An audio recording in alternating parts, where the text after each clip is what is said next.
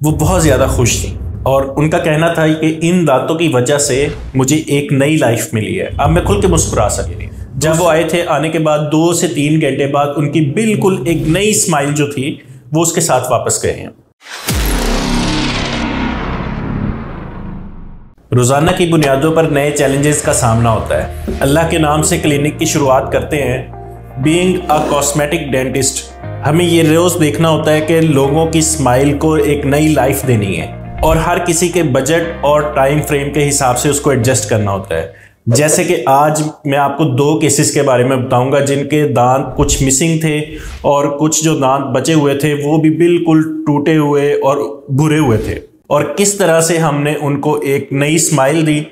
दोनों का बजट और टाइम बिल्कुल डिफरेंट था। ट्रीटमेंट गोल सेम था कि स्माइल एक चाहिए खूबसूरत किस्म की, लेकिन जो मोड ऑफ ट्रीटमेंट था वो बिल्कुल डिफरेंट था। इसके बारे में आगे जाके डिस्कस करेंगे कि कैसे हमने उनको ये चीज़ प्रोवाइड की। क्लिनिक पर पहुंचते ही मेरी पहली इंक्वायरी ये होती है कि इंस्ट्रूमेंट स्टरलाइज्ड हैं या नहीं। नो डाउट मेरी टीम बहुत एफिशिएंट है, वो पूरी तरह अपना वर्किंग करती है, लेकिन पूछने का मकसद होता है कि कभी भी क्वालिटी पर कंप्रोमाइज़ ना किया जाए। सुबह मीटिंग की जाती है जिसमें हम ये चीज़ें डिस्कस करते हैं कि हमने पेशेंट्स को बेस्ट ट्रीटमेंट कैसे प्रोवाइड करना है। जिन पेशेंट्स का आज हम ट्रीटमेंट करने जा रहे हैं उनके ट्रीटमेंट गोल्स क्या हैं और उनके हिसाब से जो क्लिनिकल इंस्ट्रूमेंट्स और मटेरियल चाहिए वो हम पहले से प्रोवाइड करके रखें ताकि किसी किस्म की पेशेंट के लिए परेशानी ना हो। तो दोनों पेशेंट्स का जो असल प्रॉब्लम था वो एट्रीजन थी, यानी कि दांत जो थे वो बिल्कुल टूटे हुए थे।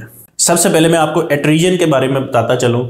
होता क्या है कि दांत जो हैं वो ऊपर से घिस जाते हैं। इसकी वजूहात क्या हैं कि बाज़ लोग सोते हुए रात को आपस में दांत पीसते हैं। दूसरी वजह यह है कि बाज़ का पीछे वाले जो दाढ़ें होती हैं वो निकलवा देते हैं और निकलवाने के बाद टाइम गुजरता रहता है और सारा जो दबाव होता है वो अगले दांतों पे होता है और उसकी वजह से दांत जो हैं वो घिसना शुरू हो जाते हैं। अगर किसी के दांत टेढ़े मेढ़े हैं उसकी वजह से भी ये प्रॉब्लम हो सकती है कि किसी एक दांत पे या 2 या 3 दांतों पे या खासतौर पे सामने वाले दांतों पे प्रेशर ज़्यादा आ रहा है और उसकी वजह से दांतों का जो साइज़ है वो छोटा होता जा रहा है। डाइट का इसमें बहुत अहम रोल है क्योंकि बाज़ लोग ये पान तंबाकू या सुपारी वगैरह चबाते हैं, उसकी वजह से ये इफ़ेक्ट आता है।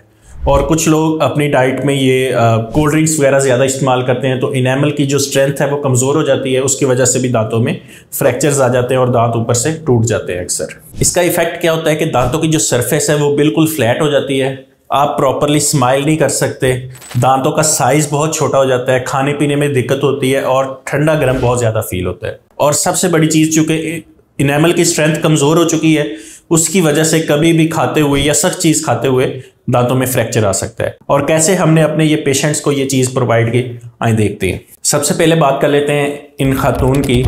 ये हमारे पास अमेरिका से आई थी और इनकी दांत जो थे वो कुछ मिसिंग थे और बिल्कुल ही टूट चुके थे, लेकिन इनकी जो ड्रीम था वो ये था कि हमें एक बेहतरीन किस्म की स्माइल चाहिए, क्योंकि उनका कहना था कि हर फंक्शन पे मैं अपने दांतों को और मुंह को स्माइल करते हुए छुपा छुपा के थक गई। उनके लिए टाइम का किसी किस्म का कोई इशू नहीं था, तो बेहतरीन जो ट्रीटमेंट था क्राउन्स का वो हमने उनके लिए डिसाइड किया। तो ज़िरकोनिया क्राउन्स जो थे वो उनको प्रोवाइड किए गए, क्योंकि क्राउन जो है वो स्ट्रेंथ भी प्रोवाइड करते हैं, ड्यूरेबिलिटी भी देते हैं और स्माइल के अंदर एक कंप्लीट जो ट्रांसफॉर्मेशन है वो प्रोवाइड करते हैं। जब उनका ट्रीटमेंट मुकम्मल हुआ और उन्हें दांत हमने प्रोवाइड कर दिए, वो बहुत ज़्यादा खुश थी और उनका कहना था कि इन दांतों की वजह से मुझे एक नई लाइफ मिली है, अब मैं खुल के मुस्कुरा सकती हूँ। दूसरे जो पेशेंट थे हमारे वो पाकिस्तानी थे, बिजनेसमैन थे।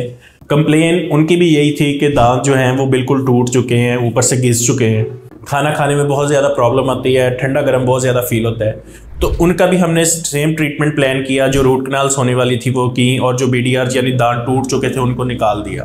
पोस्टीरियर क्राउन यानी पीछे वाले दांत लगाने के बाद अब सामने वाले दांतों की बारी थी, लेकिन यहाँ पे हमें जो प्रॉब्लम आई वो ये थी कि उनके पास टाइम बहुत ज़्यादा कम था, यानी उन्हें कोई फंक्शन अटेंड करना था, कोई शादी थी, तो उसके लिए हमने अपना जो ट्रीटमेंट प्लान था उसको थोड़ा सा चेंज किया और कंपोजिट विनियरिंग का डिसाइड किया। कंपोजिट विनियरिंग क्या है कि जो दांत होते हैं सामने वाले दांत खास तौर पे उनको ऊपर से थोड़ा सा शेव ऑफ किया जाता है और दांतों की शेप जो है वो फिलिंग मटेरियल के साथ बना दी जाती है। इसमें खर्चा भी कम होता है और टाइम भी कम चाहिए।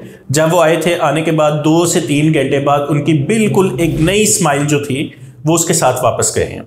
ये बात डेफिनेट है कि इसकी लाइफ जो है वो क्राउन के मुकाबले में कम होती है। लेकिन अगर माइनर किस्म की प्रॉब्लम्स हो, दांत थोड़ा बहुत चिप ऑफ हुआ है या थोड़ी सी डिस्कलरेशन है या दांतों में स्पेसिस है, उनको कवर करना चाह रहे हैं, तो उसके लिए कंपोजिट विनियरिंग एक बेहतरीन ऑप्शन।